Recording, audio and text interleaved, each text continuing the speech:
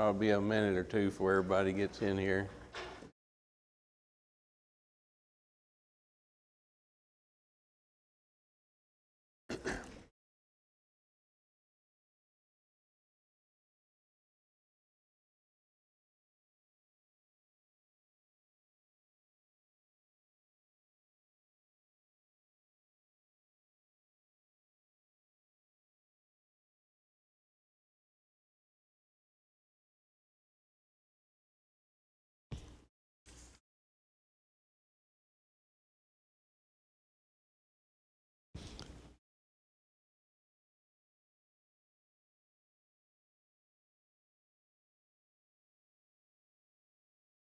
All righty.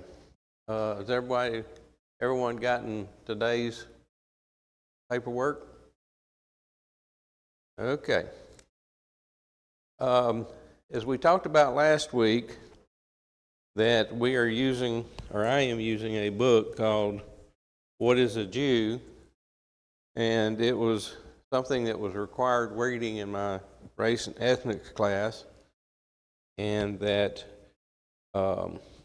one of the things that the class was about was enlightening us about diversity and the world around us, and that through that diversity, or these different cultures and different environments, each group has their own way of doing things, their own culture, their own background, and through that, it cultivates not only traditions, but it also is an environment where it puts everyone together and for a national or a cultural cause. And so the book, What is a Jew, gives us their traditions, their language, and kind of some background of that. Now, why is it important to study the Old Testament? What's relevant about it?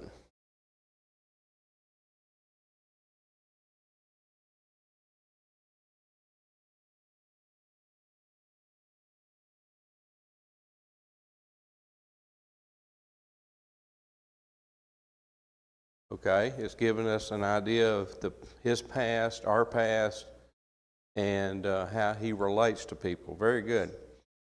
Now, if you're talking about that, we get to see his mindset and how he works with the people that he created, and how he gets frustrated with things like sin, and he gets frustrated with things like the fallen that's fallen away from him. So I think this is a relevant verse, Romans 15, verse 4. I looked these up kind of last night late, and I think that's the one I want to use.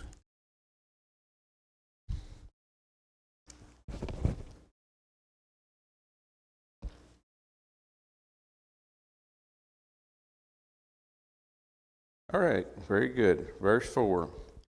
For everything that was written in the past was written to teach us, so that through endurance and encouragement of the Scriptures we might have hope. So there's other verses that talk about this and put it into context, but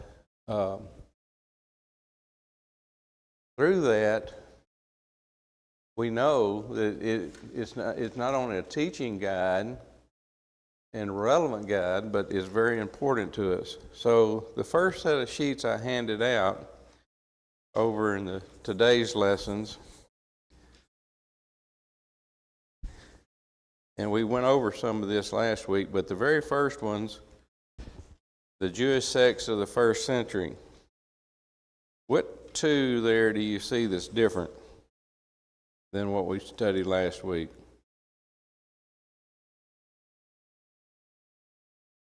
Sakara and the Herodians, I believe, is different.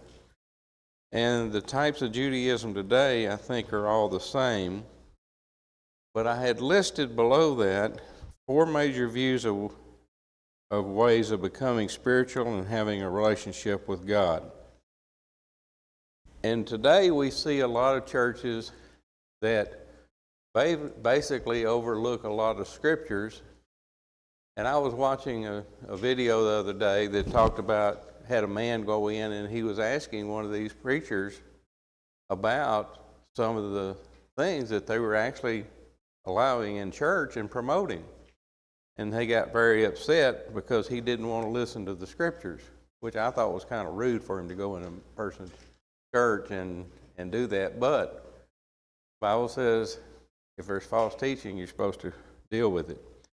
But here, emphasis on emotion. And under that is pietism, heart, and emotions. The next one is interlight, spiritualist, mystic, mysterious.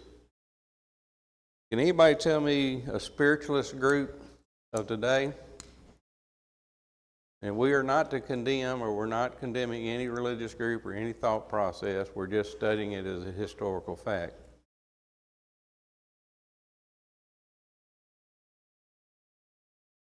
Any group that's kind of a inner light, spiritualist, mystic. Has anyone ever heard of the Quakers? The Quakers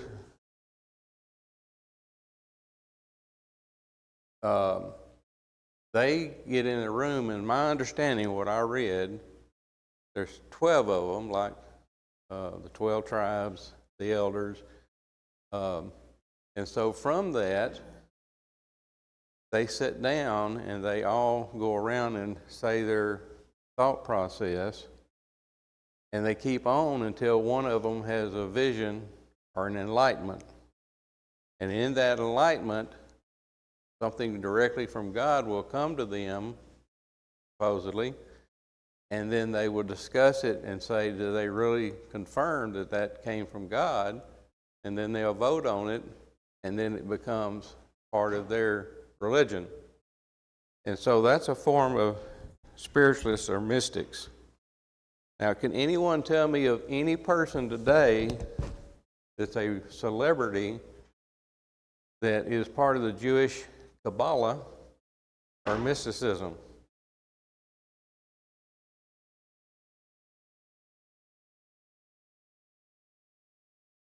Anybody know of anybody? Because we know a lot of the celebrities there back a few years ago were into the Eastern religions. Madonna. Anybody know who Madonna is? Some singer. Okay, of the past. She lives in England now because she didn't like the United States. But anyway, where she made a lot of her money. Madonna got into what's called Kabbalah, and we'll look at that a little bit later. But Kabbalah is a mysticism where they're trying to reach a spiritual high or reach God through their enlightenment, and they're reaching to God and Him reaching to them directly. All righty. The next one is emphasis on intellect. Rationalism, head, reason, and logic. Now, there should be a balance between pietism or heart and emotion and rationalism. So if somebody gets so empathetic that they lose their rationalism over, in other words, you'll do about anything for any reason and you explain it away, is that a good form of being a Christian? No, because they are now calling it toxic empathy, which I think is extreme. But in other words, and I'm just going to say this, open borders and let everybody in, whether you can take care of them or not, but not looking at the consequences of the coyotes and what they might do to women and children, or things like that. So, but what's the wrong with a person that's very rationalistic, head, reason, and logic? What does the Bible describe as, in a way, that kind of person? They lack empathy. Like an elder told me one time, his mother had 5 kids and the dad had died or disappeared or whatever, and she went into the Church of Christ and asked for some help, and he gave her 1 can, the elder gave her 1 can of green beans. Now, was that empathy? No. Or was that caring? When they had a whole pantry full of food. And that he remembered that, and so part of his philosophy was, churches I'm at are not going to treat people that way. But that same church turned around and would do everything in the world to help people to the point that people started using them. I even had an employee that came through the We Care ministry. She worked for me because she was part of the church now. But at the end, she started using the church. So I didn't like that. All right. The last one is biblical codes, words, and letters are endowed with special meaning. Now, where would somebody might use that a lot? Especially in what book in the Bible? Revelations. Daniel. Maybe another book or two. Malachi. So, what are we talking about here? 40 days, 40 nights, 1,000, or things like that. Exodus. And so, I sat through a Revelation class, a lot of it, with a preacher back in Missouri, and he kept talking about certain things in Revelation were being weighed. We weigh it instead of an exact. And so the Jews, we're going to find out, also like to weigh things. In other words, codes, numbers. Some of them got into that. 144,000. So if you're weighing something, it could be relevant, but I'm not very good at weights, especially if it's in metrics. But anyway, you can see where people would get into that. And if you ever watched a lot of these years ago, spiritual preachers or whatever, man, they would get into all of this weighing things, numbers, and all this, and all the relevance to all of this. And so they were trying to explain things that they really be explained that way. All right. Pietism. Pietism is a religious character or conduct with a special reverence for God. In other words, trying to please God by pleasing sometimes themselves. And there is nothing wrong with some pietism and the use of your emotions to move you. Mysticism, the doctrine that the truth of God may be known through spiritual insight, independent of the mind. It won't be long, we'll be studying a group called the Gnostics. Anybody know who the Gnostics are? Okay. They might be accused of this right here because the Gnostics believed in having an inner light or a spiritual revelation. And they are going to cause major havoc in the church because of that mysticism or that special revelation, because they were the only ones that had the light. All right. Pagan, one who is neither a Christian, a Jew, nor a Muslim. Whoop, I misspelled Muslim. There's going to be a few mistakes in here. If you're a person that corrects grammar, you can take a hammer to my head, because I barely passed that part in school. A irreligious person looked upon a heathen or idolatrous. In a myth, a tradition, story, usually focusing on the deeds of gods or heroes, often in explanation some natural phenomenon, as the origin of the sun. If you were living in the caveman days, in the old times, what they say the caveman days, and you saw the sun doing what it did, and then you looked at night and you saw the moon come up and it goes through its phases, waxing and waning, what would you think?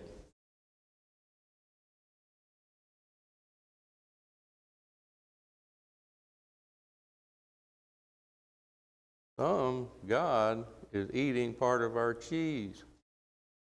Moon. In other words, and then they're putting it back and molding it. And then they see the sun coming up, and the sun sometimes, every once in a while, has what we call a what? Eclipse. And it goes dark. And so if you're a person back in the uneducated and unknowing time, and you're a little bit superstitious, what are you going to look for to explain all this? A small g, a god. And so a lot of the myths, mysteries, a lot of the pagan gods are going to come from this. All right, the next page should be symbolic objects. Whoop. This is this Jewish symbol, some of their symbolic objects. And I haven't been to the libraries here, but we had a library in Springfield, Missouri that had a lot of information, because when I was teaching school, was an educator, I like to show the students some of this stuff. They say, well, you can't teach religion in school. Well, I couldn't teach religion, my religion, but I could teach historical religion and be perfectly fine with that. All right, number one is the Ner Tamid, the eternal light. Do some churches use candles today? Catholics use it. Episcopals.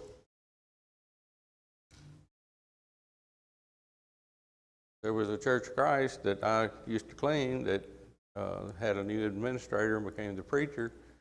And before service on Christ's birthday, he actually had them line up candles on a stand about this high, and they lit every one of them. And so that's what would be called is what? You're using the spiritual light, a light saying we're lighting the place to make us more spiritual. And I'm not saying good or bad. That wasn't for me to say. Because when you're working in somebody else's place, you just let them do what they want to do. All right, number two. We probably heard of this one, the menorah.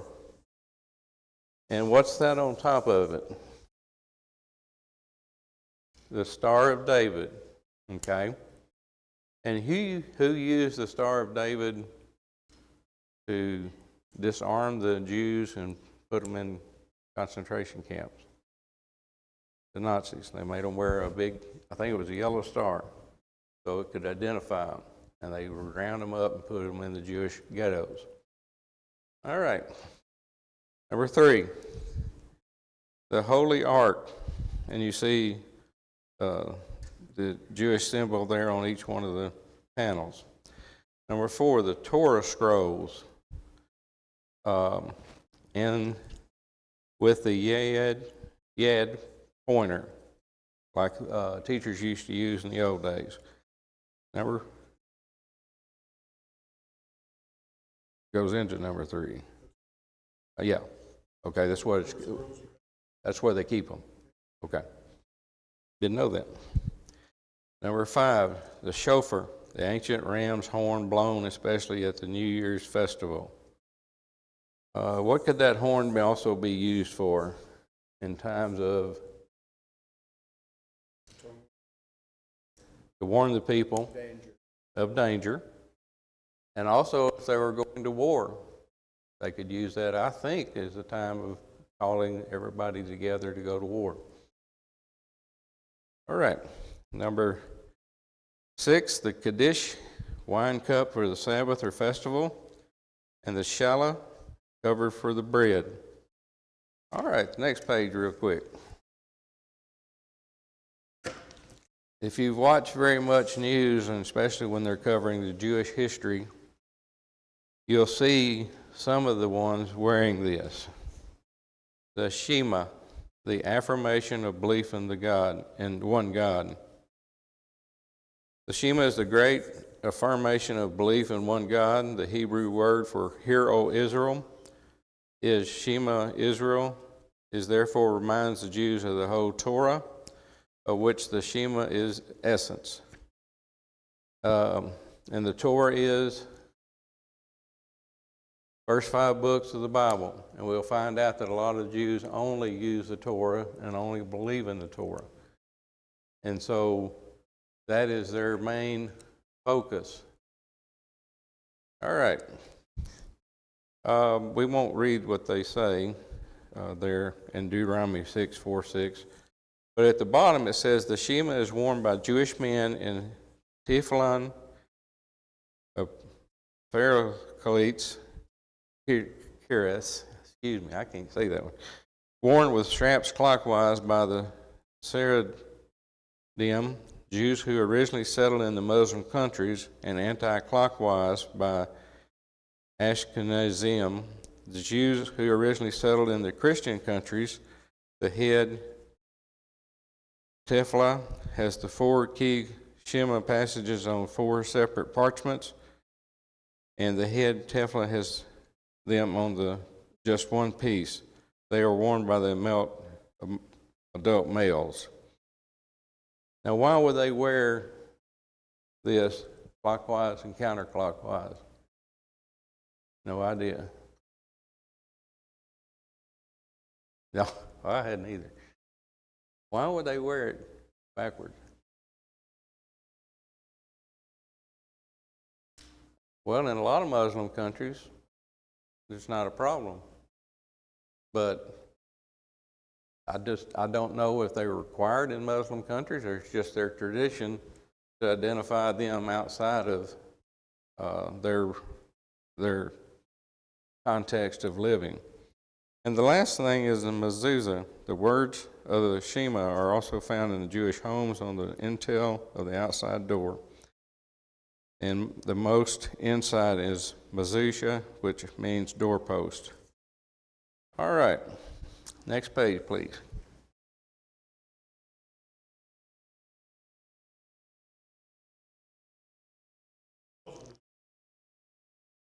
In the law,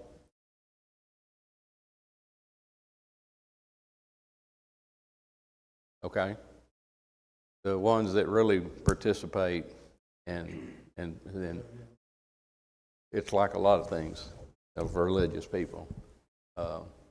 Sometimes you can't tell a Christian for others. Religious contributions of the Jews. Now you'll see some markings through some of these where evidently I was running out of ink years ago or something because I was using the church printer. But Judaism may be thought of as the stalk on which the rose of Christianity was to bloom.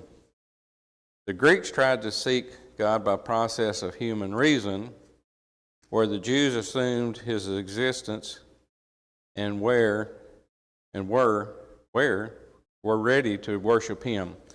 They believed God sought them, revealing himself to Abraham.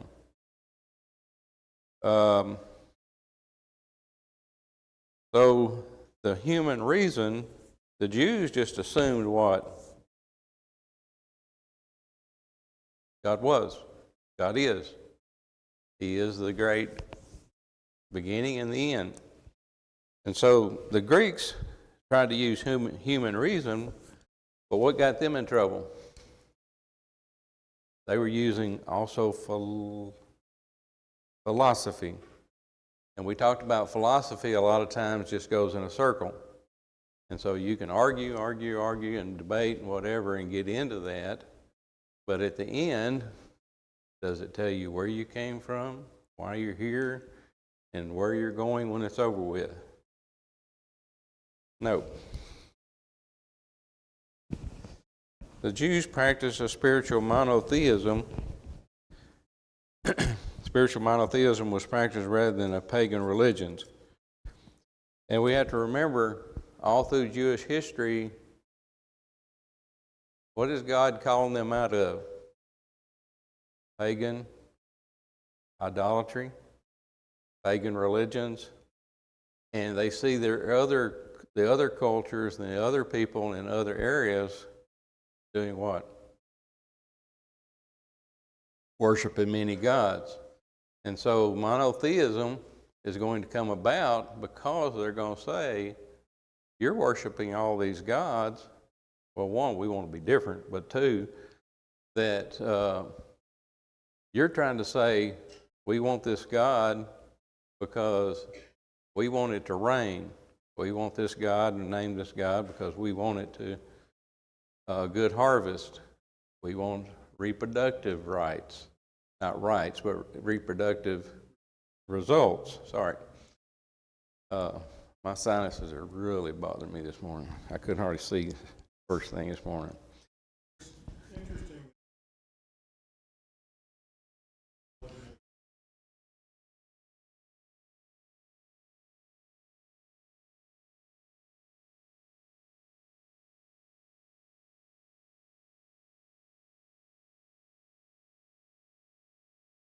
Okay. So things changed. Okay. And I think we'll see a time or two that things will change and you'll see a difference in culture or religious piety and rationalism. Number B, the hope of the coming Messiah would bring righteousness to the earth. But what are they looking for in this Messiah? Anybody can participate. Anybody. What are they looking for? An earthly king. And since they're looking for an earthly king, because their past histories, we said most of them, or many of them, don't believe that heaven is a place that you go to. Heaven is here on earth. And that when it comes to hell, that's just a made-up story. And so hell is when you're tormented here on earth. And through that tormenting here on earth, you get your just reward here on earth. All right. Number C. Could someone read that for us? Or letter C. Moral part of Jewish law, Judaism, for the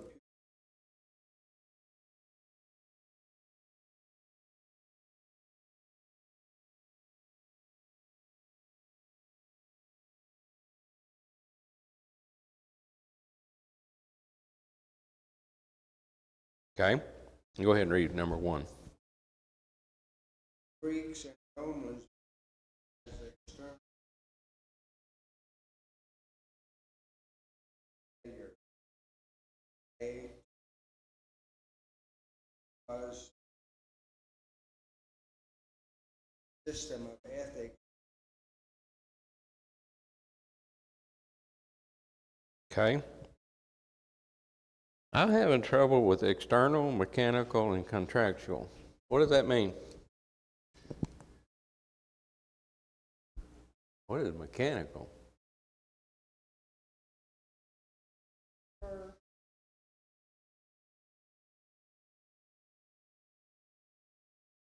Okay, we're talking about the Greeks and so how God, their God, would operate with them. And so when it talks about a contractual or rational, in other words, they were trying to put it in a box. They were physical. We'll see later this. Okay. Okay. We'll see later that when it comes to that, there's going to be others that are going to be not, they're going to have some of the same belief. In other words, it's going to be a rational, mechanical way of doing things. Contractual failures, they made some bargain with they do this, then he'll do that. Okay. Okay. But, if I sacrifice at the temple once a week. Okay. Kind of like praying for rain, but we pray for rain, and if we pray for something, then we say it's in God's will. They were having an expectation because that's all they had, and so they didn't leave it up to the gods. Very good.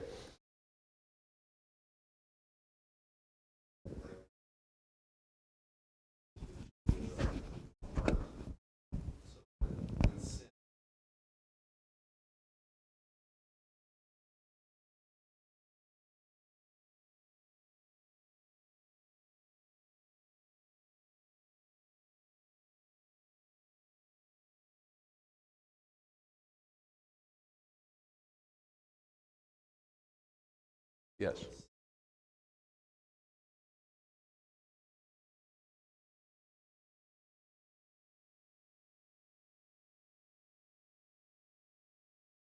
Okay. Because later, some Christians are going to use that same mechanical, contractual, physical sense. In other words, material. We are material. We are a material thing. And since we're material and physical, then we can't be in the spiritual world, where we look at metaphysics and say, well, yes, we can. We can't be there physically, but we can be there spiritually. And so in the physical world, we're in a box in this physical world unless we step into the spiritual world and actually have not a contract with God, but a relationship with God. And so that affects not only our rationale of the way we think, but it also affects our pietism, where we actually not only feel, but we logically look at, is the devil on this shoulder and spirituality on this shoulder. Excuse me. Very good. All right.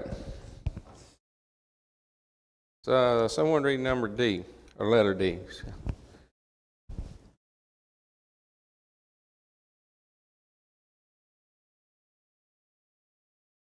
Go ahead.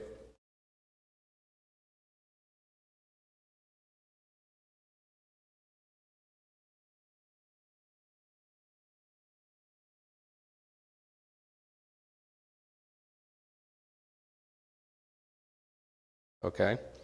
So who left no writings?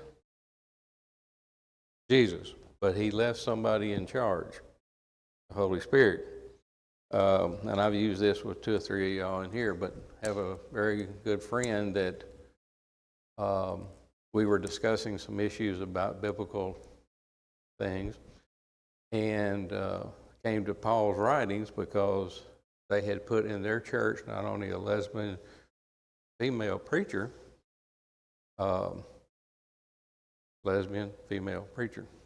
So she asked me about it, and I said, well, first, she shouldn't be a preacher. And second, why would you put somebody that's having those issues at the top? And she said, well, what if she's not practicing? And I said, well, that's a lot better, but she still shouldn't be a preacher. And so I brought up, I said, well, why would you put somebody at the head of your church, a leader, that can't inherit the kingdom if they're participating? And her husband looked at her and said, that's not in there, is it? And she said, yeah. And so I said, well, let me ask you a question. You don't like Paul's writings, but yet Paul and all these other apostles and prophets told you about this God that you worship and this Jesus you worship. Where did you get your God and your Jesus without these prophets and these apostles? you have nowhere to go here. You may not like some of the writings, but that doesn't mean you can cut them out and just obey what you think. I said, you can do that, but that gets back to some of the issues of you're creating your own God. And I wasn't mean and said, well, I'm not going to go there. I wasn't mean. We just had a conversation. But it was like, you know, you can just cut out what you don't like. All right. E, the Jews made possibly philosophy of history by insisting that history had meaning.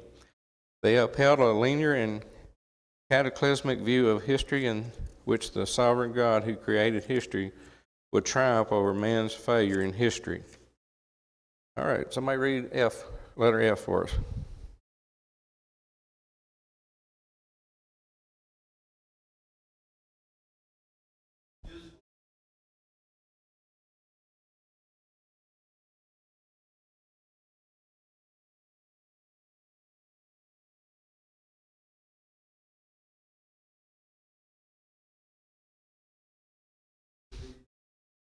Okay, very good.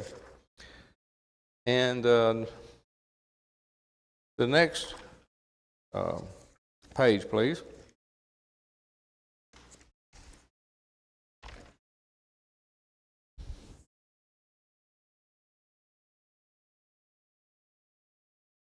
If you would turn over to Ephesians, what we're getting ready for is Christianity, which will be starting next week, but Ephesians chapter 1, verse 10.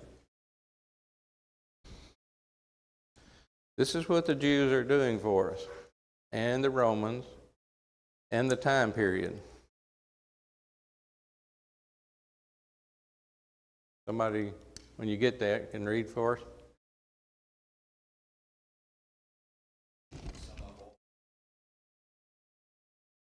Okay, the fullness of time. In other words, God had let things and watched things develop like the Roman Empire, which is going to give us a good structure. The Roman Empire is going to leave most cultures alone when they invade them, and they're going to have an excellent road system. There's going to be a lot of things that this fullness of time is going to develop, and the Jews are going to be the primary issuing in. All right, let's read 3 or 4 of these, and then we'll call it today. The Bible refers to God's selection of Israel not in terms of divine preference, but rather a divine summons. How many of you ever heard that the Jews are the chosen race? They're chosen ones. Okay. So who created who? Did God create the Jews, or did the Jews create God? Was a question that was asked in one of my books. He created all of us. But then there's a select group of people. I wouldn't say here it's going to say they weren't what we call the chosen, but they were called for a life of great spiritual demands. They were also to honor and perpetuate God's law and to transmit God's heritage. Modern Judaism therefore looks upon itself as a choosing rather than a chosen people with the burden of the Torah. And number 5, responsible for the handing down moral and spiritual truths. So they're looking at it, and we'll stop in just a second. They're looking at it as we've got this burden. I mean, you look at us as the chosen, we got to carry all this weight, this responsibility, this enlightenment. It doesn't mean we're chosen as a lot of us think, but the Bible calls them the chosen, but it means that, man, what a load this is going to be to carry. Because everybody in the world, does not like us. We're set apart. We're different. And then later, Christians are going to be the same thing. Thank you for participating today. I hope you got something out of the lesson.